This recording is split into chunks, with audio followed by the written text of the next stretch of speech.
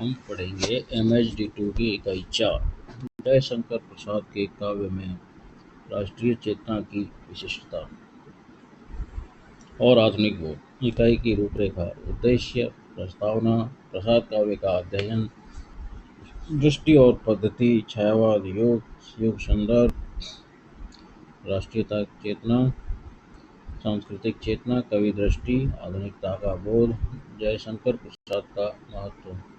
आधुनिक कविता का ऐतिहासिक परिप्रेक्ष्य। प्रसाद की राष्ट्रीय सांस्कृतिक चेतना, कामायनी के विशेष संदर्भ में। प्रसाद की अन्य काव्य कृतियों में राष्ट्रीय सांस्कृतिक चेतना, आधुनिक बोध और संवेदना। प्रसाद का काव्य कामायनी आधुनिक बोध और संवेदना की महत्वपूर्ण फलश्रुति। अन्य कृतियों में आधुनिक बोध और संवेदना की अभिव्यक्ति। विशिष्ट चयन के आधार पर प्रसाद का मूल्यांकन। कामायनी का श्रद्धासर्ग, सौंदर्य चेतना और विश्व दृष्टि। आंसू में प्रसाद की काव्यानुभूति, प्रेम संवेदना, प्रलय की छाया का विशेष पाठ। सारांश, शब्दावली, प्रश्न। यह इकाई छायावाद के प्रमुख कवि जयशंकर प्रसाद के काव्य पर आधारित है। इस इकाई का अध्ययन करने के बाद आप प्रसाद काव्य की प्रमुख विशेषताएं जान सकेंगे। प्रसाद काव्य में व्यक्त सांस्कृतिक चेतना और राष्ट्रीय जागरण की जानकारी प्राप्त कर सकेंगे। प्रसाद काव्य में व्यक्त आधुनिक भावबोध और युगीन चेतना को समझ सकेंगे। प्रसाद की कतिपय रचनाओं के आलोचनात्मक विश्लेषण के द्वारा प्रसाद काव्य का मूल्यांकन कर पाएंगे। प्रसाद के काव्य की भाषा, शिल्प एवं काव्य रूप संबंधी विशेषताओं की जानकारी प्राप्त कर सकेंगे। प्रस्तावना। इस पाठ्यक्रम में अब तक आप भारतेंदु युग और द्विवेदी युग से संबंधित कवियों का अध्ययन कर चुके हैं। इस इकाई में अब आप जयशंकर प्रसाद के काव्य का अध्ययन करेंगे। प्रसाद के काव्य पर कोई भी विचार विमर्श तब तक सार्थक नहीं है जब तक कि आपको प्रसाद के समय के बारे में, छायावाद के बारे में, एक रचनाकार के रूप में प्रसाद के बारे में कुछ आधारभूत जानकारी न प्राप्त हो जाए। जहाँ तक प्रसाद के समय और छायावाद का सवाल है, इन दोनों के बारे में जानकारी आप पाठ्यक्रम 6 से प्राप्त कर सकते हैं। अगर आपने संबंधित इकाइयों का अध्ययन नहीं किया है तो आप अवश्य कर लें। जहाँ आवश्यकता होगी इन पहलुओं की चर्चा हम इस इकाई में भी करेंगे। स्नातकोत्तर स्तर पर जयशंकर प्रसाद जैसे कवि को पढ़ने का अर्थ है कवि को समग्रता में पढ़ना, उनकी काव्यानुभूति, विचारधारा और भावबोध की विशेषताओं के साथ ही छायावाद युग की विशेषताओं के संदर्भ में प्रसाद के महत्व को समझते हुए पढ़ना। इस अध्ययन की सार्थकता आपके लिए तभी हो सकती है जब आपको लगे कि आप सीधे प्रसाद के काव्य मर्म तक पहुँच रहे हैं। यह अध्ययन तभी सार्थक हो सकता है जब आप प्रसाद को पढ़ते हुए अनुभव करें कि प्रसाद आपके कवि हैं। प्रसाद का पाठ अब आपके लिए अपना पाठ है। प्रसाद छायावाद के कवि हैं, इसीलिए स्वाभाविक है कि छायावाद की प्रवृत्तियों का परिचय प्रसाद को पढ़ने समझने में सहायक हो। पर यह अध्ययन अधिक सार्थक तभी होगा जब हम प्रसाद को पढ़ते पढ़ते कुछ नई विशेषताओं, सूक्ष्मताओं को जानने समझने में अपने को सक्षम पा रहे हों। विचार करना चाहिए कि प्रसाद छायावादी कवि के रूप में क्या कुछ नया उद्घाटित कर रहे थे, क्या कुछ नया खोज रहे थे। अधिक संभव यही लगता है कि प्रसाद छायावाद की बहुत सी विशेषताओं की नींव रख रहे थे। हम आरंभ में ही प्रसाद के कुछ विचार सूत्रों तथा विशिष्ट काव्यानुभवों की ओर संकेत करेंगे। इन संकेतों से शायद आप प्रसाद की कविता के प्रति गहरी उत्सुकता अनुभव करें। प्रसाद काव्य का अध्ययन, दृष्टि और पद्धति। इसमें संदेह नहीं कि प्रसाद का छायावाद युग में होना महत्वपूर्ण है, पर प्रसाद की निजी साहित्यिक या काव्यात्मक विशेषताओं के साथ उपस्थिति में भी उतनी ही महत्वपूर्ण है। हम दोनों ही दृष्टियों से प्रसाद को पढ़ेंगे, पर पद्धति हमारी यह होगी कि हम प्रसाद की कविता के साक्ष्य पर ही उन युगीन विशेषताओं को भी समझने की कोशिश करें जिन्हें ऐतिहासिक परिप्रेक्ष्य में देखा जाता है। प्रेम पथिक 1910 से कामायनी तक का काव्य विकास हमारी दृष्टि में होना चाहिए। कानन, कुसुम, चित्राधार, झरना, आंसू, लहर बीच की कृतियां हैं। झरना का प्रथम प्रकाशन 1910 में हुआ। इसमें संकलित झरना कविता की निम्नलिखित पंक्तियां छायावाद के आरंभिक स्वरूप की संकेतक हैं। बात कुछ छिपी हुई है गहरी, मधुर है स्रोत, मधुर है लहरी। इस इकाई में हम प्रसाद की राष्ट्रीय सांस्कृतिक चेतना और आधुनिक भावबोध को समझने का प्रयास करेंगे। यहाँ हम न भूलें कि छायावादी और भाषा और शिल्प की नई विशेषताएं आधुनिक भावबोध से संभव हुई हैं, और यह आधुनिक भावबोध एक विशेष युग चेतना से संबद्ध है। छायावाद को नवजागरण की अभिव्यक्ति कहा जाता है। इस नवजागरण के पीछे राष्ट्रीय सांस्कृतिक चेतना सक्रिय थी। छायावाद कई बार प्रकृति के नवीन संवेदनात्मक चित्रों के सहारे पहचाना और सराहा गया है। प्रसाद ने भी प्रकृति को विश्वास की छाया या प्रतिबिंब कहा था और उसे छायावाद का खास संदर्भ बताया था, पर उन्होंने यह भी कहा था कि सिर्फ प्रकृति संवेदना के नए स्पर्श वाली कविताएं छायावाद नहीं हैं। इस दृष्टि से जरूरी है कि हम छायावाद की काव्यगत नवीनता को राष्ट्रीय सांस्कृतिक चेतना और आधुनिक भावबोध की दृष्टि से देखें। यहाँ अध्ययन के लिए यह दृष्टि महत्वपूर्ण होगी। पद्धति यह होगी कि हम प्रसाद की विशेषताओं को उनकी कविताओं के संदर्भ में देखें और सामान्यीकरण से बचें। छायावाद युग संदर्भ 1916 से 1936 तक 20 वर्षों का समय छायावाद युग है। दो महायुद्धों के बीच की हिंदी कविता के रूप में भी छायावाद का अध्ययन किया जा सकता है, लेकिन छायावाद का मूल उत्स भारतीय स्वाधीनता संघर्ष में है। स्वाधीनता की चेतना का ही परिणाम है कल्पना पर अधिक बल। यह तथ्य ध्यान आकृष्ट करने वाला है कि हिंदी कविता में छायावाद और भारतीय राजनीतिक मंच पर महात्मा गांधी का आगमन लगभग एक ही साथ हुआ था।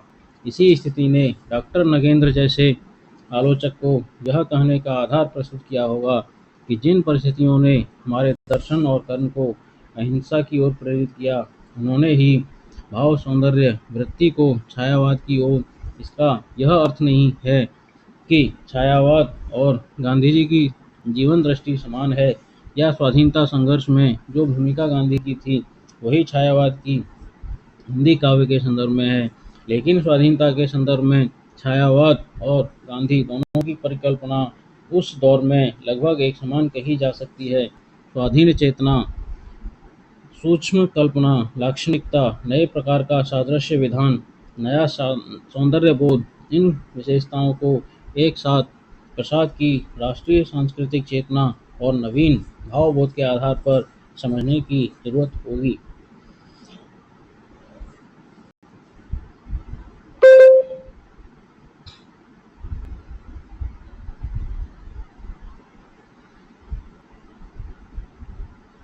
इन स्वाधीन चेतना, सूक्ष्म कल्पना, लाक्षणिकता, नए प्रकार का सादृश्य विधान, नया सौंदर्य बोध, इन विशेषताओं को एक साथ प्रसाद की राष्ट्रीय सांस्कृतिक चेतना और नवीन भावबोध के आधार पर समझने की जरूरत होगी। प्रसाद को पढ़ते हुए आपका ध्यान प्राय इन्हीं विशेषताओं की ओर जाएगा। राष्ट्रीय चेतना, आरंभ में ही यह स्पष्टीकरण जरूरी है कि प्रसाद उस अर्थ में राष्ट्रीयता या राष्ट्रीय चेतना के कवि नहीं हैं जिस अर्थ में माखनलाल चतुर्वेदी, बालकृष्ण शर्मा नवीन, सुभद्रा कुमारी चौहान हैं। प्रसाद की राष्ट्रीय चेतना अधिक स्पष्ट रूप में उनके नाटकों में व्यक्त हुई है। प्रसाद की अपनी पहचान के आधार पर छायावाद को राष्ट्रीय काव्य नहीं कहा जाता। यहाँ यह भ्रम नहीं होना चाहिए कि राष्ट्रीय काव्य का महत्व कम है। सच्चाई यह है कि छायावादी काव्य में राष्ट्रीय जागरण सांस्कृतिक जागरण के रूप में आता है। इस सांस्कृतिक जागरण की अभिव्यक्ति प्रसाद की प्रथम प्रभात, अब जागो जीवन के प्रभात, बीती विभावरी जागरी आदि कविताओं में है। इसकी अभिव्यक्ति हम पंत, निराला और महादेवी के यहाँ भी देख सकते हैं। निराला की जागो फिर एक बार, पंत की प्रथम रश्मि, महादेवी वर्मा की जाग तुझको दूर जाना जैसी कविताएं इस दृष्टि से विचारणीय हैं। लहर में संकलित प्रसाद की कविता अब जागो जीवन के प्रभात पर विचार करें तो प्रसाद की राष्ट्रीय चेतना स्वच्छंदतावाद की मूल चेतना से अभिन्न जान पड़ेगी।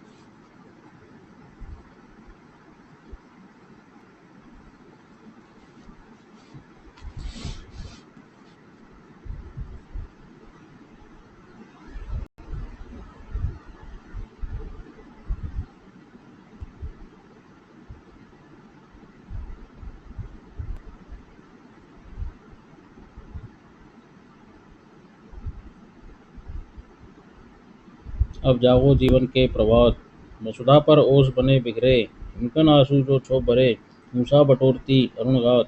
छायावाद युग में लिखी कविताओं में नवजागरण के संकेत अधिक महत्वपूर्ण हैं। नवजागरण की इस भावना में एक नए मनुष्य की परिकल्पना दिखाई देती है। प्रसाद यदि छायावाद के मूल में स्वानुभूति की विशेषता पर बल देते हैं, तो इसके पीछे भी स्वाधीन मनुष्य की कल्पना है। निराला जब कहते हैं मैंने मैं शैली अपनाई, तो इसी स्वाधीन चेतना को अभिव्यक्ति देते हैं। अब ऐतिहासिक दृष्टि से हम यह अंतर समझ लें कि भारतेंदु काल में राष्ट्रीयता की जो भावना अस्पष्ट थी, अमूर्त थी, उसने द्वितीय युग तक आते आते स्वच्छंदतावाद के परिप्रेक्ष्य में एक नए राष्ट्रीय आदर्शवाद का रूप ले लिया, और उसी के प्रभाव में छायावाद में एक नई मानव परिकल्पना सामने आई। इस दृष्टि से राजनीतिक परिदृश्य में तिलक की भूमिका पर विचार करेंगे। जब वे कांग्रेस के सिद्धांतों की व्याख्या करते हुए प्राचीन दार्शनिक मान्यताओं का परीक्षण कर रहे थे और गीता का आधुनिक भाष्य रच रहे थे, तो उसके पीछे यही नवीन राष्ट्रीय चेतना या राष्ट्रीय भावना थी। कर्म सिद्धांत की उनकी व्याख्या कामायनी में व्यक्त ज्ञान, इच्छा और क्रिया के पारस्परिक संबंध से तुलनीय है। 1919 में तिलक का स्थान गांधी ने लिया, तो एक स्वतंत्रता का एक नया संदेश जनता तक पहुंचा। राष्ट्रीय भावना की प्रतीकात्मक अभिव्यक्ति नए रूपों में दिखाई देने लगी। छायावाद युग के संदर्भ में राष्ट्रीयता या राष्ट्रीय चेतना के सांस्कृतिक पक्ष पर बल देना आवश्यक है। हम आपका ध्यान इस अंतर की ओर जरूर आकृष्ट करना चाहेंगे कि यह राष्ट्रीय चेतना सीमित अर्थ में राष्ट्रवाद नहीं है। सांस्कृतिक चेतना, अभी तक के विश्लेषण पर ध्यान दें तो लगेगा कि हम राष्ट्रीय चेतना को छायावाद में एक सांस्कृतिक चेतना के रूप में ही देख रहे थे। इसीलिए हमने छायावाद को शक्ति काव्य कहने की सार्थकता स्पष्ट की। छायावाद की भावभूमि को गांधीवाद से जितनी प्रेरणा और स्फूर्ति मिली, उससे कम रविंद्रनाथ से नहीं मिली। आचार्य रामचंद्र शुक्ल तो मानते ही हैं कि छायावाद बंगाल की भावभूमि का स्पर्श लेकर ही हिंदी में आया।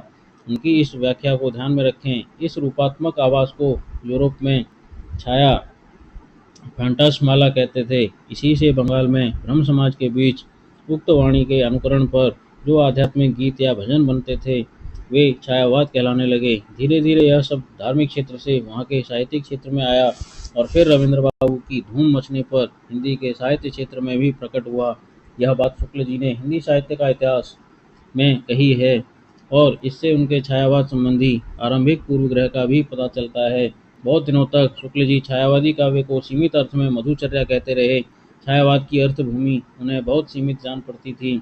छायावाद के पीछे राष्ट्रीय सांस्कृतिक चेतना की प्रेरणा भी काम कर रही थी। यह आरंभ में वे देख न सके थे। निराला की कृति, तुलसीदास, राम की शक्ति पूजा, प्रसाद की कामायनी से परिचित होने के बाद उन्होंने अपनी धारणा बदल ली थी। यह बात ध्यान में रखें कि रविंद्रनाथ ने छायावाद को उस तरह प्रभावित नहीं किया जैसा कि शुक्ल जी बताते हैं। रविंद्रनाथ के सांस्कृतिक चिंतन और कला विवेक ने छायावाद को प्रभावित किया।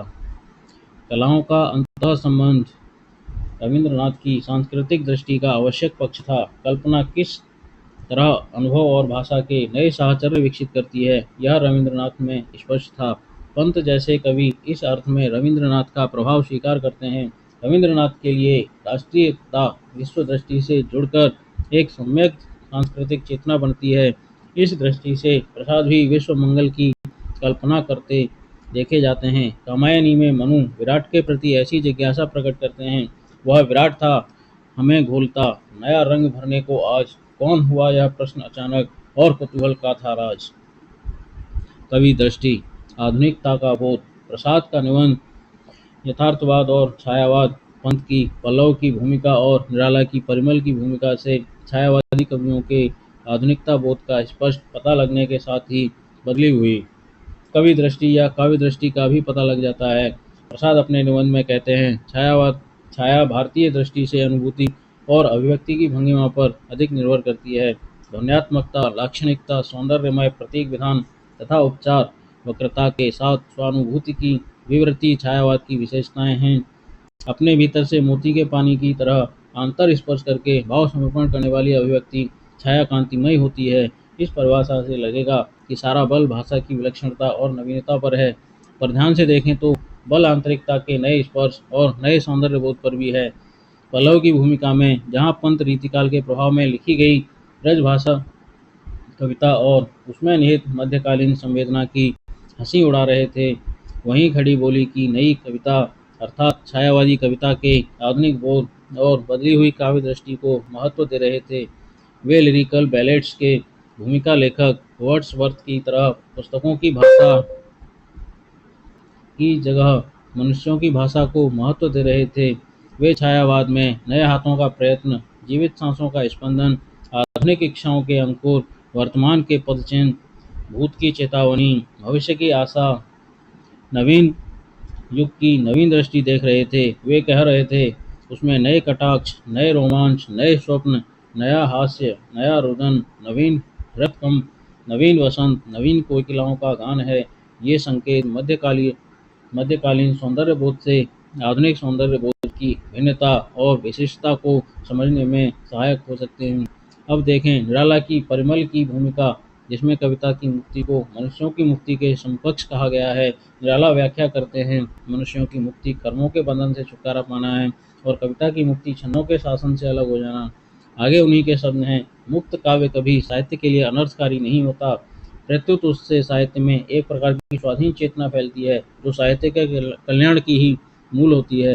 कहने की आवश्यकता नहीं कि छायावादी कवियों ने नया सौंदर्य बोध विकसित किया, नई संबंध भावना की खोज की। रीतिकालीन कवियों ने नक्शिक वर्णन की जो रूढ़ियाँ बनाई थीं, उनसे हटकर उन्होंने नई आधुनिक स्त्री का चित्र सामने रखा। कामायनी में श्रद्धा का रूप चित्रण वायवी जरूर है, पर एक नई छवि का संकेत है। पंत की कविता में एक ही पंक्ति में स्त्री को देवी माँ सहचरी प्राण कहा गया है। जहाँ भूविलास पर ही ध्यान जाता है, कटाक्ष में कुटिलता ही देखी जाती रही, वहाँ छायावादी कवि पंत के लिए करुण भावों में था आकाश। सौंदर्य की यह नई दृष्टि है। स्त्री शिक्षा का प्रसार, स्वाधीनता संघर्ष में स्त्रियों की भागीदारी और ऐसे ही अन्य अनेक कारण रहे होंगे। छायावादी कवियों के आधुनिकता बोध के पीछे उन्हीं की प्रेरणा से छायावादी कवि दृष्टि में भी बदलाव आया। आप यहाँ बदलाव के कारणों को भी समझने की कोशिश करें और काव्यात्मक परिणाम को भी, अर्थात यह देखें कि कविता कैसे अपनी बनावट, अपनी भंगिमा बदल लेती है। जयशंकर प्रसाद का महत्व, आधुनिक कविता का ऐतिहासिक परिप्रेक्ष्य। अब हम सीधे अपने मुख्य विषय पर आ सकते हैं और आधुनिक कविता के ऐतिहासिक परिप्रेक्ष्य में प्रसाद के महत्व पर विचार कर सकते हैं। आधुनिक हिंदी कविता के ऐतिहासिक परिप्रेक्ष्य में प्रसाद के महत्व को समझने के लिए आरंभिक दो काव्य युगों की सीमाएं विचारणीय हैं। भारतेंदु युग में प्राय ब्रजभाषा ही काव्य भाषा रही है। खड़ी बोली में कुछ प्रयत्न भी हुए भी हैं तो उन्हें स्वीकृति नहीं मिली। वैष्णव भक्ति की अभिव्यक्ति का प्राय एक रूढ़ मुहावरा बन गया था। राष्ट्रीय आदर्शवाद जिस रूप में भी था वह था अस्पष्ट और अमूर्त। वैदिक युग के काव्य में इतिवृत्तात्मकता और विवरणात्मकता ही प्रमुख हो गई। वहाँ खड़ी बोली काव्य भाषा जरूर है, पर अटपटी, कई बार ठस और स्थूल कथन पर आश्रित। इसीलिए छायावाद आया तो उसे स्थूल के प्रति सूक्ष्म का विद्रोह तक कहा गया। वैदिक युग की कविता को स्थूल इतिवृत्तात्मक बताकर शुक्ल जी छायावाद की नई कल्पना, लाक्षणिकता, चित्रमयता को अलग करते हैं। प्रसाद अपनी काव्य यात्रा के पहले चरण में प्रेम पथिक 1909-1910 ब्रजभाषा में लिखते हैं और फिर उसे 8 वर्ष बाद खड़ी बोली हिंदी में रूपांतरित करते हैं। इस अवधि में प्रसाद के लिए प्रेम का अर्थ बदल गया है। प्रेम पथिक रूपांतरित होकर इस नई भाषा तक पहुंचता है। इस पथ का उद्देश्य नहीं है शांत भवन में टिक रहना, किंतु पहुंचना उस सीमा पर जिसके आगे राह नहीं। आंसू, लहर, कामायनी तक यह भाषा कितनी नई हो उठी है, देखने की चीज़ है। यहाँ प्रसाद के महत्व को समझने के लिए उनके कवि व्यक्तित्व और उनकी काव्यात्मक संवेदना के कुछ और पहलुओं पर विचार करना अपेक्षित है। प्रसाद का मूल्यांकन करते हुए आलोचक राम स्वरूप चतुर्वेदी दो संदर्भों को महत्व देते हैं, समरसता और संगीत। प्रसाद निराला अज्ञेय, राम स्वरूप चतुर्वेदी। समरसता प्रसाद का जीवन दर्शन है। क्या समरसता और संगीत पर एक साथ विचार करने का कोई अर्थ है? क्या कारण है कि प्रसाद बहुत से अनुभव संगीत की शब्दावली में व्यक्त करते हैं? प्रसाद के नाटक स्कंदगुप्त की देवसेना समूची सृष्टि की व्याख्या विराट संगीत के रूप में करती है। उसका कहना है, प्रत्येक परमाणु के मिलने के इस जागरण गीत में विहाग शब्द पर ध्यान दें। तू अब तक सोई है आली, आंखों में भरे विहागरी। छायावाद की प्रासंगिकता पृष्ठ 13। प्रसाद को रहस्यवादी कवि न कहकर आलोचक रमेश चंद्र साहा ने बौद्धिक कवि कहा है, लेकिन हम जानते हैं कि प्रसाद की बौद्धिकता अनुभूति और संवेदना से संपृक्त है और एक खास तरह की प्रतीक व्यवस्था में अभिव्यक्ति पाती है। कमायनी इसका प्रमाण है। प्रसाद गहरे अर्थ में सांस्कृतिक चेतना के कवि हैं। जातीय सांस्कृतिक इतिहास की सबसे प्रखर चेतना अपने काव्य बोध में लिए हुए यह उनके महत्व का एक जरूरी संदर्भ है। प्रसाद के बाद निराला में ही वह यह सांस्कृतिक चेतना आपको मिलेगी, वह भी तुलसीदास को छोड़कर खंड खंड रूप में ही। प्रसाद के यहाँ यह चेतना अधिक गहरी है और उसकी प्रौढ़ परिपक्व अनुभूति उनकी कविता में ही संभव हुई है। प्रसाद की राष्ट्रीय सांस्कृतिक चेतना कामायनी के विशेष संदर्भ में। कामायनी एक क्लासिक कालजयी कृति है जिसकी समकालीन अर्थवत्ता पर आपका ध्यान जाना ही चाहिए। कामायनी छायावाद की अकेली महाकाव्यात्मक सृष्टि है। समरसता के दर्शन के सहारे प्रसाद की जिस ऐतिहासिक चेतना का आभास मिलता है, उससे कामायनी की विचारधारा और प्रसाद की मनोभूमि को ठीक ठीक समझा जा सकता है। कामायनी के आमुख में प्रसाद के शब्द हैं, यदि श्रद्धा और मनु अर्थात मनन के सहयोग से मानवता का विकास एक रूपक है तो भी बड़ा ही भावमय और श्लाघ्य है। यह मनुष्यता का मनोवैज्ञानिक इतिहास बनने में समर्थ हो सकता है। इसे आधार बनाकर इसे आधार मानकर प्राय कामायनी के आलोचक मनोवैज्ञानिक रूपक के रूप में उसकी व्याख्या करते रहे हैं। अतः अंतर्वस्तु और संगठन दोनों दृष्टियों से कामायनी का पुनर्मूल्यांकन जरूरी है। जो कामायनी के पक्ष प्रसाद के जीवन दर्शन और कामायनी के निष्कर्षों के आगे प्रश्न चिन्ह लगाता है। मुक्तिबोध की दृष्टि में कामायनी फैंटेसी है। वैदिक कथानक का यहाँ उपयोग करके एक फैंटेसी की तरह ही किया गया है, जिसमें प्रसाद का अपना निजी भावबोध और सामाजिक बोध ही उजागर हुआ है।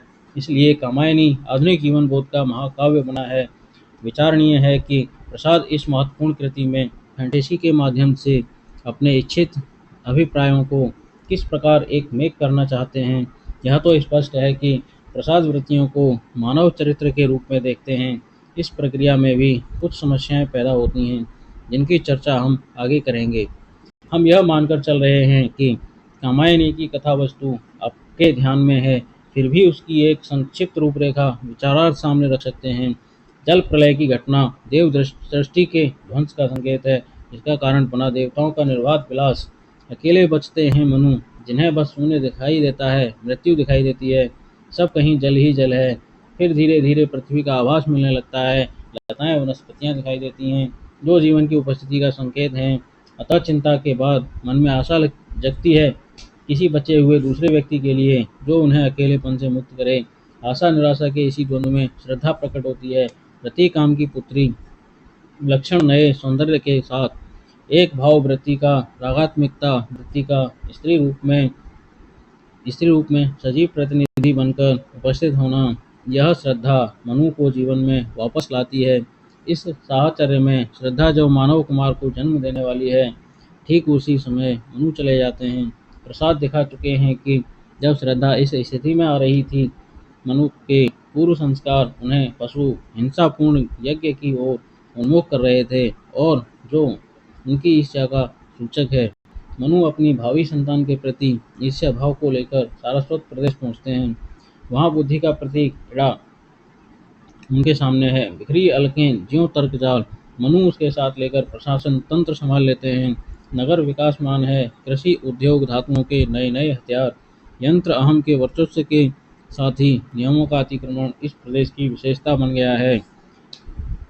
इड़ा उन्हें मर्यादा में देखना चाहती है, लेकिन मनु इड़ा को भी अपनी स्वाधीन अधीनता में रखना चाहते हैं।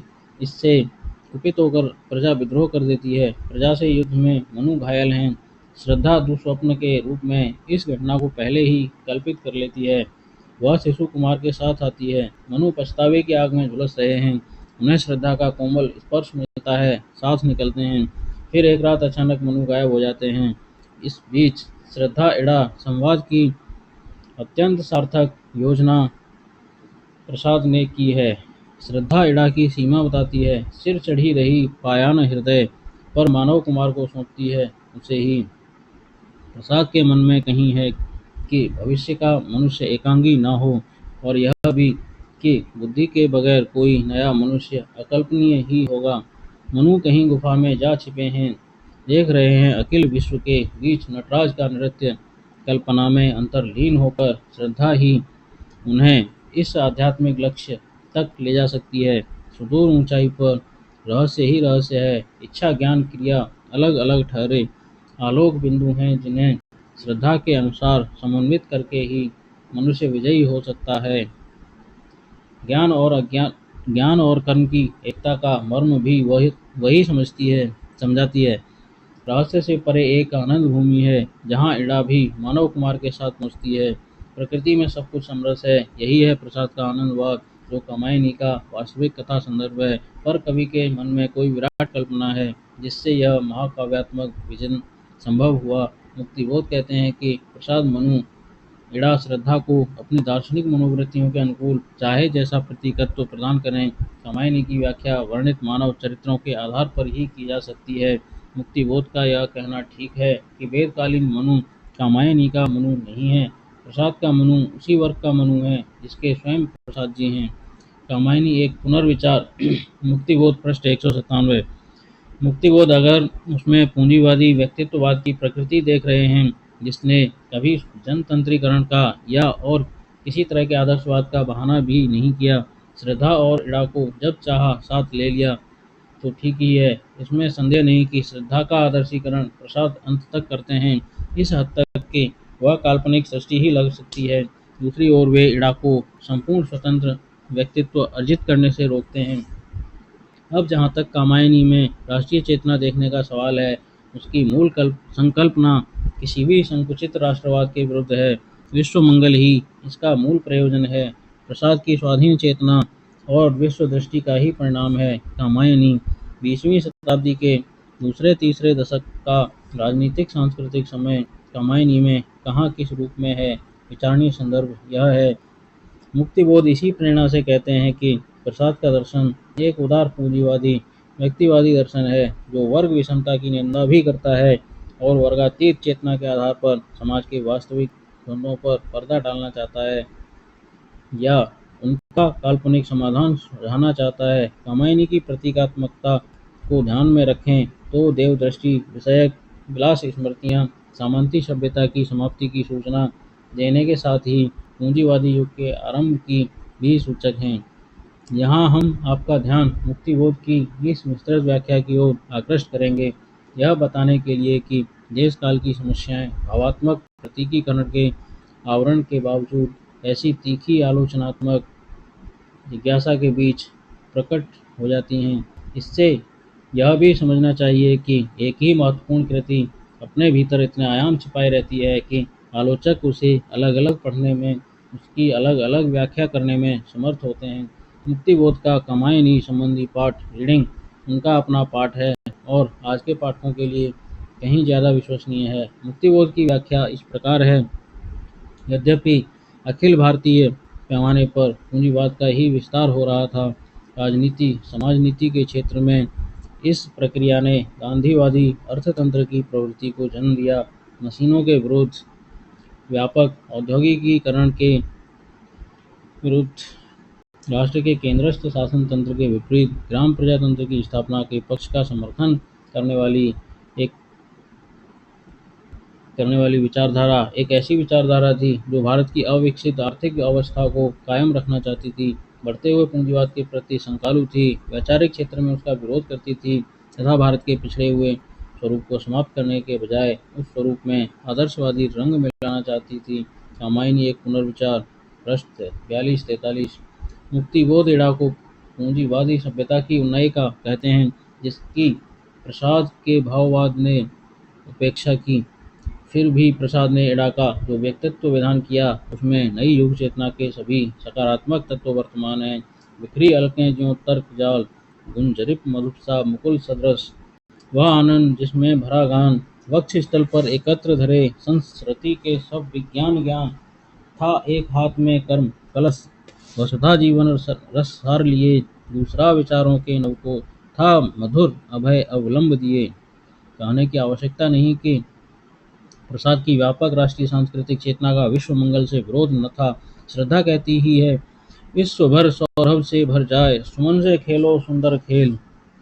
श्रद्धा सर यह भी सही है कि प्रसाद शोषण उत्पीड़न के विरोध में थे, द्वंद्वों से क्षुब्ध थे, विषमता रहित समाज की स्थापना चाहते थे। भले ही समाधान उनका काल्पनिक हो, आदर्शवादी हो, कहा जा सकता है कि रामायणी की मिथकीय सीमाओं में भी कर्म चेतना, संघर्ष चेतना, एकता जैसे तत्व थे जिनका महत्व राष्ट्रीय आंदोलन के लिए था।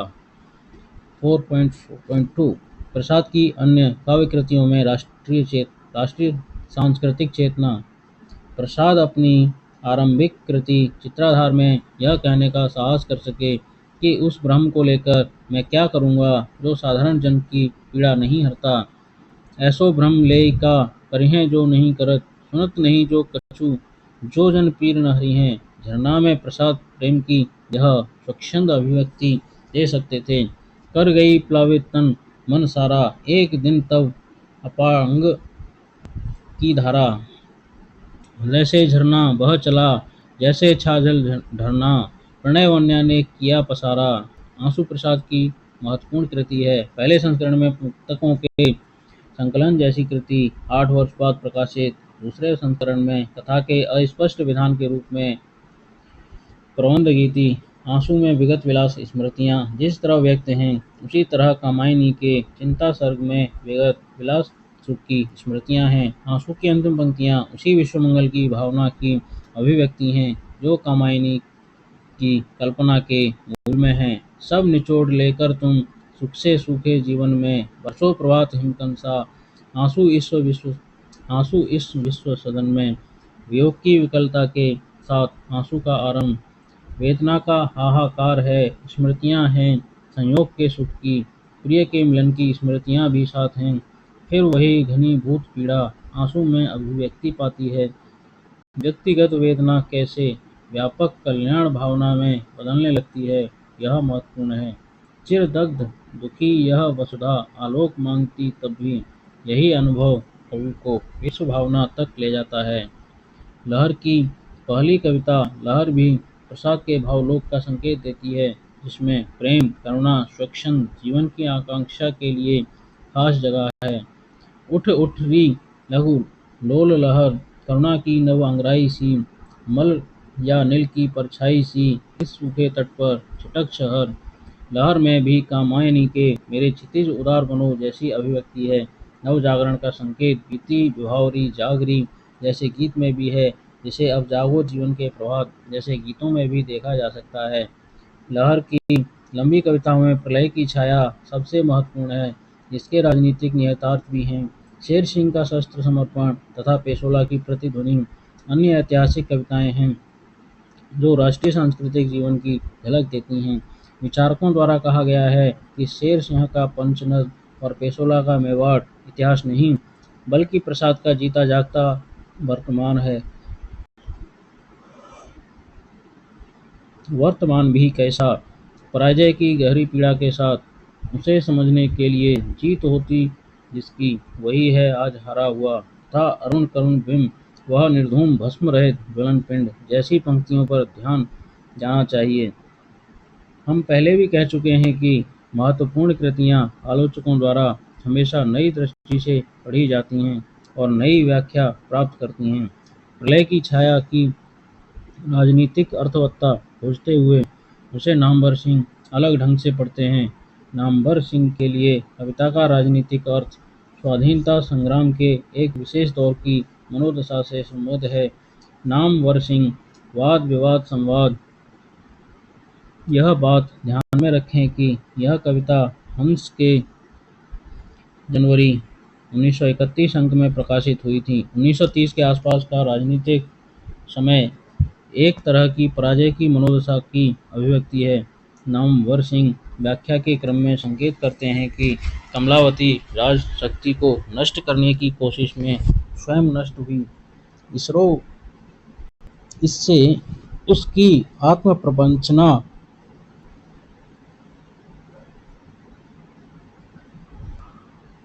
इससे उसकी आत्मप्रवंचना के राजनीतिक निहितार्थों का अनुमान किया जा सकता है।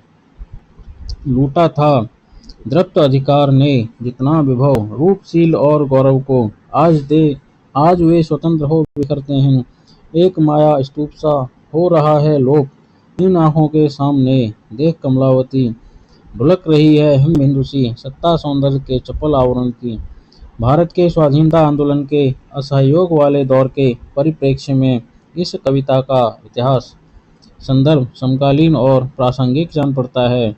आधुनिक बोध और संवेदना प्रसाद का काव्य। प्रसाद आधुनिक बोध और संवेदना के कवि हैं। छायावादी कवियों के आधुनिकता बोध में वैयक्तिक चेतना के साथ नई सौंदर्य चेतना, नई प्रेम चेतना, नई नैतिक चेतना का संश्लिष्ट रूप देखा जा सकता है। डॉक्टर देवराज, जिन्होंने कवि छायावाद का पतन नाम की विचारोत्तेजक पुस्तक लिखी थी, मानते हैं कि छायावाद अनाधुनिक पौराणिक धार्मिक चेतना के विरुद्ध आधुनिक लौकिक चेतना का विद्रोह था। इस मत को आचार्य नंद दुलारे वाजपेयी के इस कथन से संबद्ध करके देखें। नई छायावादी काव्यधारा का भी एक आध्यात्मिक पक्ष है, परंतु उसकी मुख्य प्रेरणा धार्मिक न होकर मानवीय है। आधुनिक हिंदी समीक्षा निर्मला जैन, प्रेम शंकर पृष्ठ 82। इस प्रकार छायावाद में लौकिक मानवीय संस्पर्श वाली कविता का अनादर नहीं है। यह जरूर है कि कई बार छायावादी कवियों के यहाँ लौकिक मानवीय अनुभव पर अस्पष्टता का पर्दा पड़ा रहा है, जैसा प्रसाद की कृति आंसू में देखा गया या लहर की कई कविताओं में। इन कृतियों में भी प्रसाद संकेत से बहुत कुछ कहा जाते हैं और ऐसी वेदना का चित्र भी उपस्थित कर जाते हैं जो लौकिक मानवीय है। कविता में आत्मकथा लिखने का यह ढंग प्रसाद ने ही अपनाया है। जिसके अरुण कपोलों की मतवाली सुंदर छाया में अनुरागिनी उषा लेती थी, निज सुहाग मधु माया में उसकी स्मृति पाथेय बनी है। थके पथिक की पंथा की, सीवन को उधेड़ कर देखो क्यों मेरी कंथा की। यह कविता हंस के प्रसिद्ध आत्मकथा अंक में छपी भी थी। प्रसाद जैसे कवि के आधुनिकता बोध को नई सौंदर्य चेतना के आधार पर पहचानना होगा। यह सौंदर्य दृष्टि प्रकृति और मनुष्य के बीच नए संबंधों की पहचान में भी प्रकट हुई है। इसी नई सौंदर्य चेतना के कारण अनुभव के स्तर पर एक नए प्रकार के आंतरिक द्वंद्व का भी पता चलता है। यही दृष्टि वस्तु और कल्पना के नए संबंध की पहचान कराती है।